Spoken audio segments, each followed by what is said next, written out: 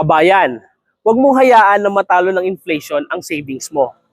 May savings ka sa bangko, hindi yan mag-appreciate ng sobrang laki or sobrang taas.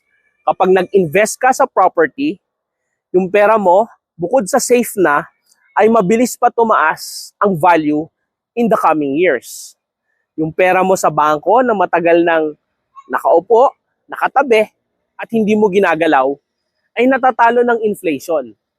Ang inflation natin is 8 to 12% per year.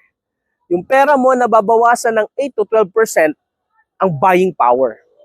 Pero kapag meron kang property, bukod sa safe ang pera mo, meron ka pang property. Kaya anong pipiliin mo? Mag-save o mag-invest? Mag-invest ka na. This is Jex Sapor Santos, the Millennial Property Investor.